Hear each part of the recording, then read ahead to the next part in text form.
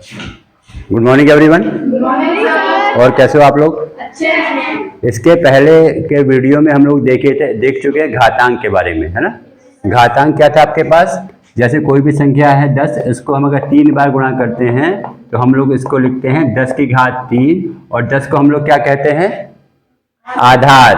और 3 क्या है? घातांक। घातांक हमें बताता है कोई भी संख्या कितनी बार गुणा की गई है। ठीक। अब इसी तरह घातांक के कुछ नियम हैं।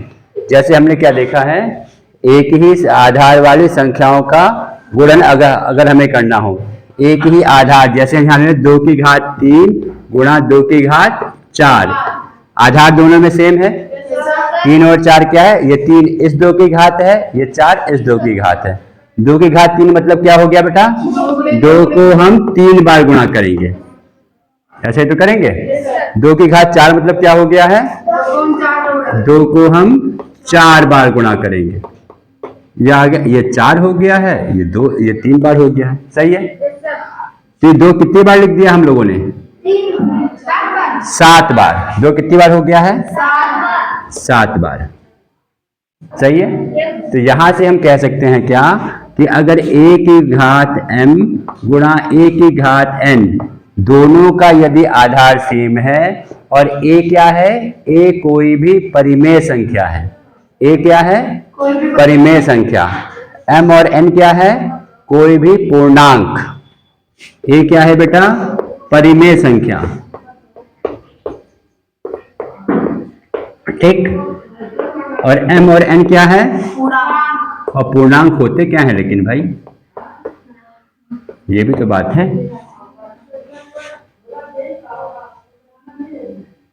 पूर्णांक देखो, पूर्णांक क्या होते हैं भाई? आपके पास ऋणात्मक, शून्य और धनात्मक, इसे कहते हैं पूर्णांक। इस प्रकार की कोई भी संख्या हो, ठीक है, तो क्या होगा? हम क्या करेंगे? a की पावर m प्लस n दोनों की घात को हम जोड़ देंगे।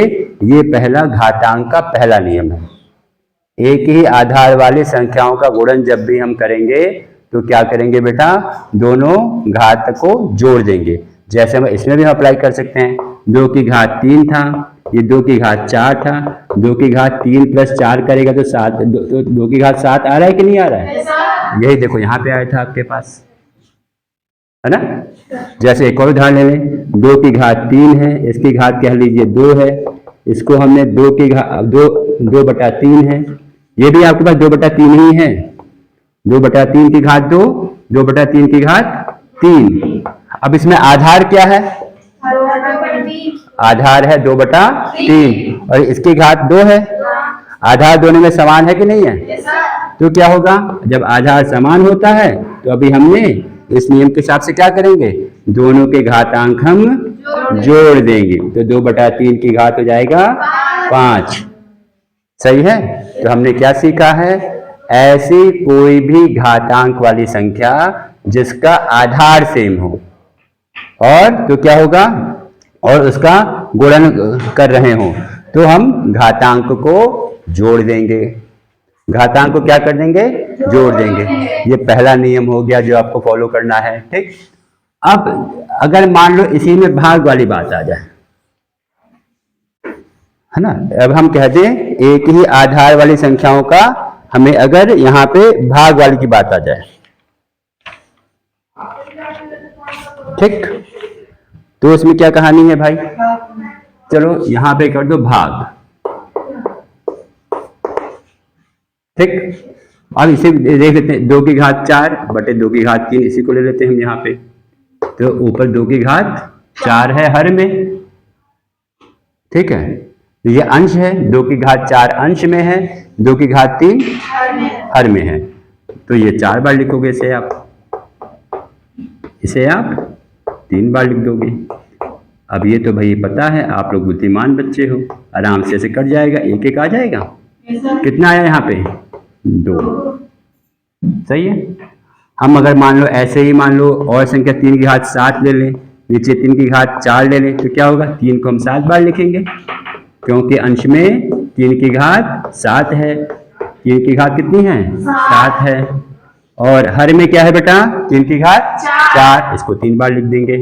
अब या तो भाई इसको मल्टीप्लाई करके सॉल्व करें, गुणा करके, ये जब साफ साफ दिख रहा है, ये 3 एकम 3 ये कट गया, 3 एकम 3 ये भी कट जाएगा, ऐसे ये भी कट जाएगा आपके पास। तो कितना बचा आपके पास? 3। ये बचा है आपके पास 3 बचा है, कितनी बार? 3 बार। तो इसको हम क्या लिख सकते हैं? 3 की घात 3, 3 की घात 3। तो यहां से हम ये चीज नियम निकाल सकते हैं, a की घात m बटे a की घात n बराबर a की घात m माइनस n। ठीक? कब? जब m आपके पास n से बड़ा हो, जब आपके पास m is greater than n, m is greater than n। a क्या बताया था मैंने? क्या है a? परिमेय संख्या। m और n क्या बताया था? पूर्णांक। पूर्णांक क्या बताया अभी? ऋणात्मक संख्याएं, धनात्मक संख्याएं और शून्य भी। ठीक? अब यहाँ पे क्या आपके पास है? अब जैसे हम यहाँ पे कहते हैं m बड़ा था तो हमने एक m की पावर a की घात m माइनस n हो गया है। अब मान लो इसी को उल्टा कर दें तो क्या आ जाएगा? ये 3 ऊपर 4 बार और 3 यहाँ पे 7 बार, ऐसा ही तो होगा। अब ये 4 बार 3 इससे कट जाएगा, कितना बचा? 1 बटा 3 गुणा 3, ये 3, ये आ जाएगा 3 की घात 1, 1 बटा 3 आया, यहाँ पे आया 3। तो यहां से हम क्या कह सकते हैं भाई? यहां से हम क्या कह सकते हैं कि अगर n बड़ा है, यहाँ पे n बड़ा है ना, देखो हर में जो 7 है, घातांक है हर में, वो 4 से बड़ा है। जब ऐसी बात आती है तो क्या कह सकते हैं? a की घात n माइनस m कर दोगे इसे आप। कब होगा? जब m छोटा है n से, जब m छोटा है n से। ठीक है, ये हो जाएगा आपके पास। कोई दिक्कत किसी को है ना भाई? अगर यहाँ पे m और n में 3 ही केस तो होंगे, या तो m बड़ा होगा n से, या तो m छोटा होगा, या क्या हो जाएगा?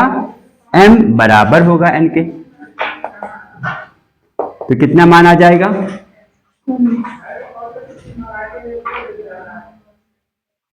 कितना आ जाएगा?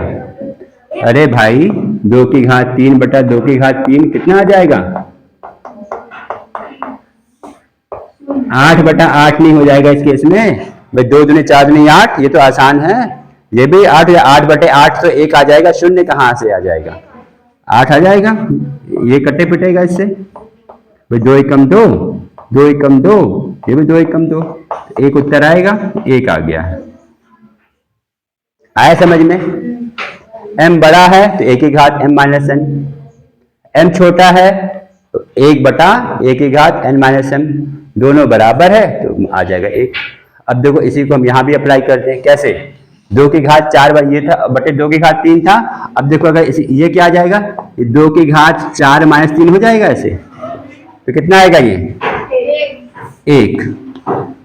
इसकी वैल्यू क्या आ गई? 2 की घात 1 आएगा तो इसकी वैल्यू देखो 2 ही आ रही है यहाँ पे। ठीक है, वैसे इसमें चेक कर सकते हैं। 3 की घात 7 माइनस 3 की घात 4, इस नियम के हिसाब से तो क्या आएगा? ये 3 की घात 3, और यही देखो हमने यहाँ पे निकाला 3 की घात 3, यानी ये हमारा नियम सही है। ठीक, चलो मिटा दें इसको। अब ये हो गया आपके पास, दूसरा नियम हो गया। ठीक, अब क्या केस है? अब ये है, मान लो अगर आपके पास तीसरा नियम 2 की घात 3 है और यहाँ पे मान लो 4 की घात 3 है, तो इसमें क्या है? देखो आधार अलग अलग हो गया है। 2 की घात 3 है ना बेटा, 4 की घात 3 है। 2 की घात 3 में कितना आधार है? 2। 4 की घात 3 में कितना आधार है? 4। 2 की घात 3 मतलब क्या हो गया? 2 गुणा 2 गुणा 2, 3 बार 2 लिख देंगे। 4 की घात 3 मतलब 4 3 बार लिख देंगे।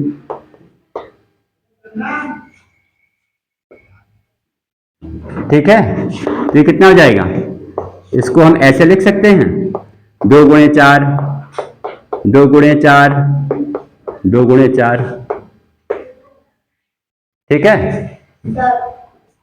ठीक, अभी आ रहे हैं, आ जाऊंगा थोड़ी देर में, ठीक है। तो फाइनली क्या होगा, 2 गुणे 4 में क्या होगा, ये 3 बार लिखा है, तो क्या कह सकते हैं, 2 गुणे 4 की घात 3, 2 गुणे 4 की घात 3। यहां से हमने क्या सोचा, देखा आधार अगर अलग अलग है, आधार अगर अलग अलग है और घातांक सेम है, ठीक है, और क्या है, घातांक सेम है, तो क्या हो जाएगा, ये a की घात m कह लो गुणा b की घात m कह लीजिए, सही है। तो जब दोनों की घात m है, हम इसको ऐसे लिख सकते हैं,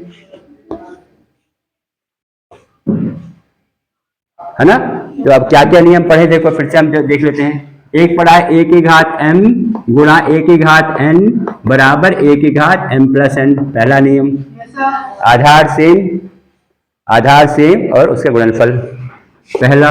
दूसरा क्या हो जाएगा, a की घात m अपॉन a की घात n बराबर a की घात m माइनस n, कब, यदि m बड़ा है n से। दूसरा 1/a की घात n माइनस m, कब, यदि m छोटा है n से, ठीक। तीसरा बराबर 1 कब, यदि m बराबर n है तो। तीसरा क्या देखा हमने, a गुणा b a की पावर m गुणा b की पावर m बराबर a गुणा b की घात m हो गया। 3 नियम हो गए। चौथे में क्या है, और a और b सब में क्या है बेटा, परिमेय संख्या। a और b क्या है, परिमेय संख्या। m और n क्या है, पूर्णांक। m और n क्या है, पूर्णांक। और परिमेय संख्या क्या होती है, जो संख्या p बटे q के रूप में लिखी जा सके, प्रदर्शित हो सके, उसे हम परिमेय संख्या कहते हैं, जिसमें p और q क्या है, पूर्णांक, और q शून्य के बराबर नहीं हो सकता है। जो p बटे q के रूप में लिखी जाए, और p और q क्या है, ये है इंटीजर, पूर्णांक, और q शून्य के बराबर नहीं हो सकता है, क्योंकि किसी भी भिन्न में हर शून्य नहीं हो सकता है, ठीक। ये हो गया तीसरा नियम। अब चौथा देखो, मान लो यहाँ पे अब 5 की घात 3 है और यहाँ पे 2 की घात 3 है, तो भाई 5 की घात 3 है, क्या होगा बेटा, यहाँ पे 2 को 3 बार लिख देंगे, ठीक है।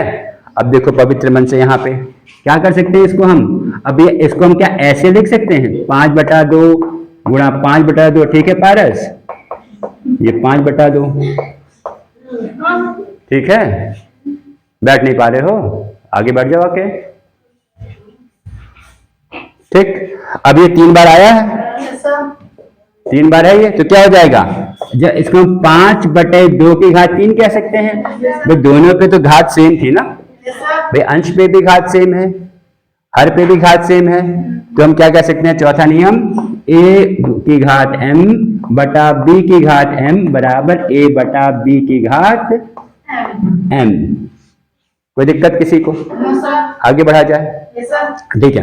अब पांचवें में क्या कहता है, यदि a आपके पास कोई शून्येतर, शून्येतर मतलब क्या होता है, शून्येतर, a अगर आपके पास कोई शून्येतर परिमेय संख्या है, शून्येतर मतलब शून्य को छोड़कर, शून्य को छोड़कर अगर कोई भी संख्या है, कोई भी परिमेय संख्या है और उसकी घात शून्य है, उसका मान हो जाएगा 1। ये बताया था मैंने, बताया था, ठीक है, कि ये हो गया। ये आपके पास नियम है, इस पर आधारित प्रश्न आपके पास है, ठीक है। इसको कॉपी में नोट कर लीजिएगा, और इस पर आधारित प्रश्न अगर आपके पास है, अभ्यास 2C में है शायद, ठीक है। इसको आप लोग हल करिएगा, फिर हम लोग मिलेंगे अगले वीडियो में। धन्यवाद।